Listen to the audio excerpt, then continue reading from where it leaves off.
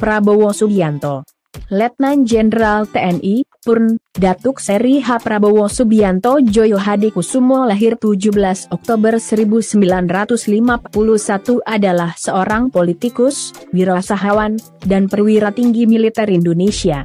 Ia menempuh pendidikan dan jenjang karir militer selama 28 tahun sebelum berkecimpung dalam dunia bisnis, politik dan pemerintahan. Pada tanggal 23 Oktober 2019, Prabowo dilantik menjadi Menteri Pertahanan ke-26 Republik Indonesia dalam Kabinet Indonesia Maju untuk periode 2019 hingga 2024. Sebagai Ketua Umum Partai Gerindra, Prabowo Subianto bersama Hatta Rajasa, maju sebagai calon Presiden Indonesia ke-7 dalam pemilihan umum 2014, namun diungguli oleh pasangan Joko Widodo dan Yusuf Kala.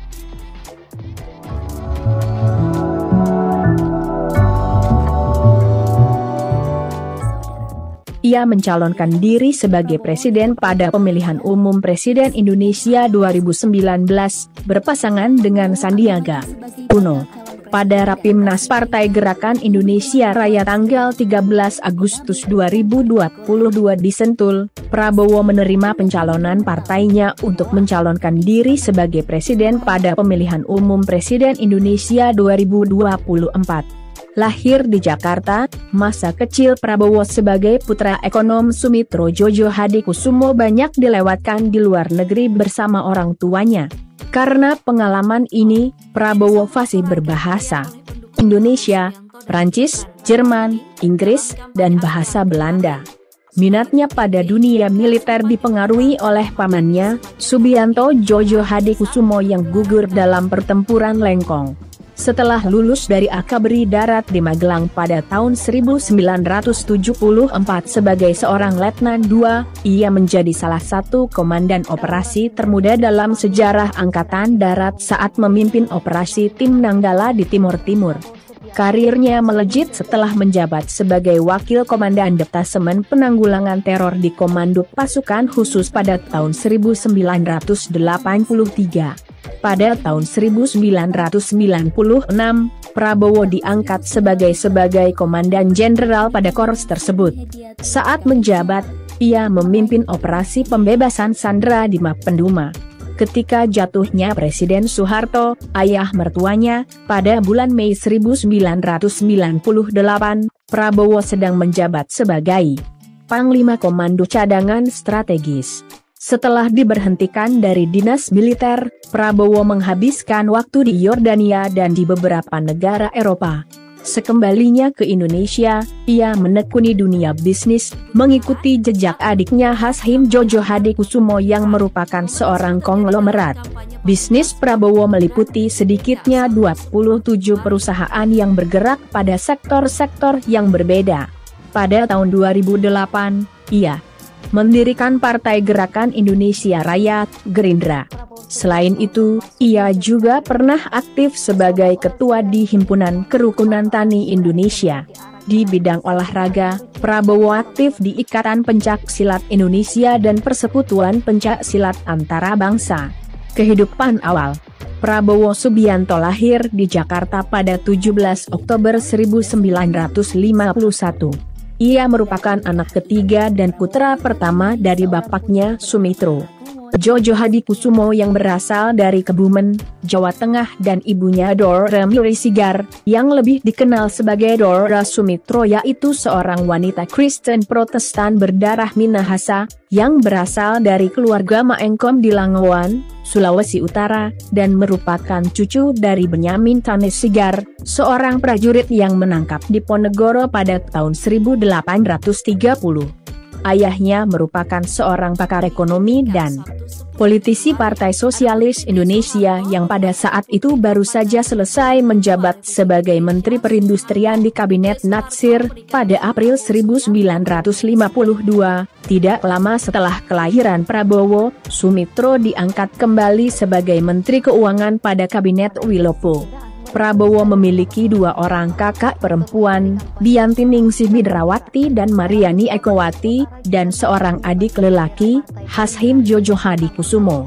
Dari Keluarga ayahnya, Prabowo merupakan cucu dari Margono Djojo Hadikusumo, pendiri Bank Negara Indonesia dan Ketua Dewan Pertimbangan Agung yang pertama. Nama pertamanya diambil dari pamannya, Kapten Subianto Djojo Hadikusumo, seorang perwira tentara keamanan rakyat yang gugur pada pertempuran Lengkong pada Januari 1946 di Tangerang. Keluarga Djojo Hadikusumo sendiri dikatakan merupakan keturunan dari Raden Tumenggung Kertanegara, seorang panglima Laskar Pangeran Diponegoro di wilayah Kedu, dan Adipati Merapat, Bupati Banyumas yang pertama. Dengan itu, garis keturunan keluarga itu dapat ditarik lagi pada penguasa-penguasa awal Kesultanan Mataram. Masa kecil Prabowo banyak dihabiskan di luar negeri, terutama setelah keterlibatan ayahnya menentang pemerintah Presiden Soekarno di dalam pemerintahan Revolusioner Republik Indonesia di Sumatera Barat. Prabowo menyelesaikan pendidikan menengahnya di Victoria Institution di Kuala Lumpur, Malaysia, Zurich International School di Zurich, Swiss, dan The American School di London, Inggris. Baru setelah kejatuhan Soekarno dan naiknya Soeharto, keluarga Sumitro kembali ke Indonesia, dan Prabowo masuk ke Akabri di Magelang, Jawa Tengah. Karena pengalaman sering di luar negeri, Prabowo Subianto fasih berbahasa Indonesia, Prancis, Jerman, Inggris, dan bahasa Belanda. Karier militer. Prabowo mengawali karier militernya di TNI Angkatan Darat pada tahun 1974 sebagai seorang Letnan II setelah lulus dari Akabri Darat di Magelang. Prajurit Kopassus. Dari tahun 1976 hingga 1985, Prabowo bertugas di Komando Pasukan Sandi Yuda, Kopasanda, pasukan khusus Angkatan Darat pada saat itu.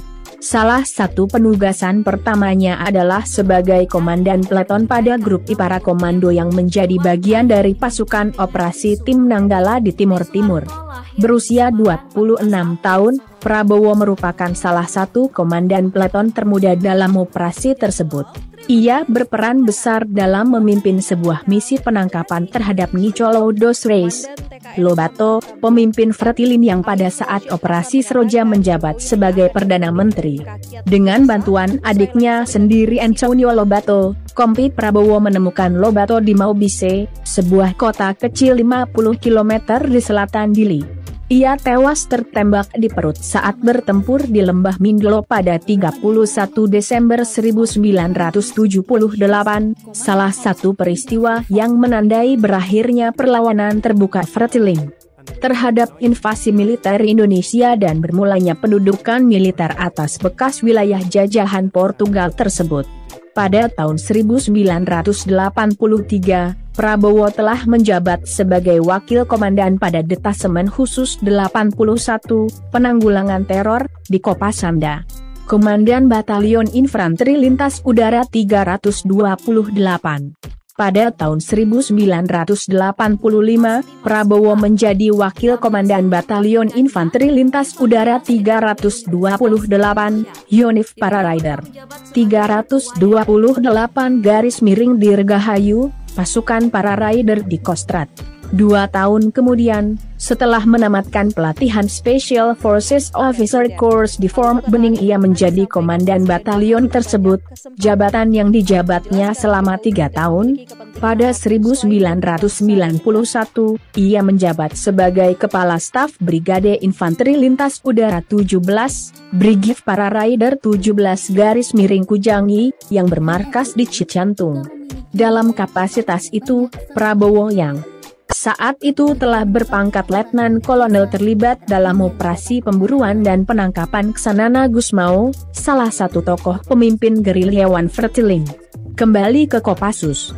Pada tahun 1993, Prabowo kembali ke pasukan khusus, yang kini dinamai Komando Pasukan Khusus, Kopassus. Ia diangkat menjadi Komandan Grup 3 _Sandi Yuda, salah satu komando kontra-insurgensi Kopassus. Ia seterusnya menjabat sebagai Wakil Komandan Komando dan Komandan Komando, di bawah kepemimpinan Brigadir Jenderal Agung Gumelar dan Brigadir Jenderal Subagio Hadi Siswoyo. Komandan Jenderal Kopassus. Pada bulan Desember 1995, Prabowo diangkat sebagai Komandan Jenderal Kopassus dengan pangkat Mayor Jenderal. Sebagai Komandan Jenderal, salah satu tugas pertama Prabowo adalah operasi pembebasan sandera Mat Penduma. Kopassus, terutama Set 81 Gultor yang pernah dipimpin langsung oleh Prabowo, memiliki pengalaman dalam menangani operasi pembebasan sandera. Yang paling dikenang adalah keberhasilan menyelamatkan penumpang Garuda DC-9 Woyla di Bangkok pada 1981. Operasi ini berhasil menyelamatkan 10 dari 12 orang peneliti yang tergabung dalam ekspedisi Lawrence 95 dan diculik oleh gerilyawan organisasi Papua Merdeka, OPM. Meskipun diwarnai oleh insiden penembakan Komandan Set 81 oleh anak buahnya sendiri, namun operasi ini dianggap berhasil menyelamatkan nyawa para peneliti yang berkebangsaan Indonesia, Inggris, Belanda, dan Jerman. Pada 26 April 1997, tim pendaki Indonesia yang terdiri atas anggota Kopassus, Wanadri, FPTI, dan Mapala UI berhasil menaklukkan puncak Gunung Everest, gunung tertinggi di dunia, dan mengibarkan bendera merah putih di sana. Misi ini didukung dan diprakarsai langsung oleh Prabowo sebagai Komandan Jenderal Kopassus, Panglima Kostrat. Pada 20 Maret 1998, Prabowo diangkat menjadi Panglima Komando Cadangan Strategis Angkatan Darat, jabatan yang pernah disandang ayah mertuanya Presiden Soeharto. Pengangkatan ini terjadi hanya 10 hari setelah Majelis Permusyawaratan Rakyat memilih Soeharto untuk periode kelima sebagai presiden. Sebagai Panglima Kostrat, Prabowo membawahi sekitar 11.000 pasukan cadangan ABRI. Sebagai Panglima, Prabowo meminta Panglima Angkatan Bersenjata Jenderal Wiranto agar diizinkan untuk menggerakkan pasukan cadangannya dari luar Jakarta untuk membantu meredam kerusuhan Mei 1998. Meskipun permintaan ini kemudian ditolak oleh Wiranto, Prabowo diduga menerbangkan ratusan orang yang telah dilatih oleh unit-unit Kopassus di bawah pengawasannya di timur-timur dari Dili menuju Yogyakarta, kemudian menuju Jakarta menggunakan kereta api. Menurut beberapa sumber, Prabowo juga dimintai pertolongan oleh Mayor Jenderal Jafries Jamsudin, Panglima Komando Operasi Jakarta Raya, untuk ikut mengirimkan pasukannya untuk mengamankan ibu kota. Permintaan ini dipenuhi oleh Prabowo dengan mengirimkan serdadu Kostrat untuk mengamankan beberapa bangunan penting, seperti rumah dinas Wakil Presiden B.J. Habibie di Kuningan. Prabowo berperan membujuk Amin Rais, salah satu tokoh pemimpin gerakan reformasi, untuk membatalkan rencana digelarnya doa bersama di kawasan sekitar Monas untuk alasan keamanan. Pada 14 Mei, ia bertemu dengan beberapa penggerak reformasi seperti Adnan Buyung Nasution dan Bambang Wijojanto untuk mendiskusikan situasi yang tengah genting. Pemberhentian dari dinas militer. Presiden Soeharto mengumumkan pengunduran dirinya pada tanggal 21 Mei 1998. Penggantinya, Habibie, dilantik pada hari yang sama. Pada siang harinya, Prabowo menemui Habibie dan meminta agar dirinya ditunjuk sebagai Panglima ABRI menggantikan Wiranto. Justru, Habibie memberhentikan Prabowo dari jabatannya sebagai Panglima Kostrat. Prabowo yang berangkat mendatangi Istana Negara, namun dihalangi untuk bertemu Presiden. Ia kemudian memerintahkan agar istana dikelilingi oleh tank dan serdadu Kostrat. Prabowo digantikan oleh Jenderal Johni Lumintang, yang hanya menjabat selama 17 jam. Sebelum digantikan oleh Letnan Jenderal Jamari Caniago. Setelah diberhentikan, Prabowo menemui ayah mertuanya Soeharto, yang justru tidak mendukungnya. Ia akhirnya menerima penugasan sebagai Komandan Sekolah Staf dan Komando ABRI di Bandung, menggantikan Letnan Jenderal Arye J. Komaat. Pada 14 Juli 1998, Panglima ABRI membentuk sebuah Dewan Kehormatan Perwira yang diketuai oleh Jenderal Subagio. Hadi Siswoyo dan dianggotai oleh 6 orang Letnan Jenderal, Fakhrul Razi, Wakil Ketua, Jamari Caniago, Sekretaris, Arya J. Komaat, Agung Gumelar, Susilo Bambang Yudhoyono, dan Yusuf Kartanegara.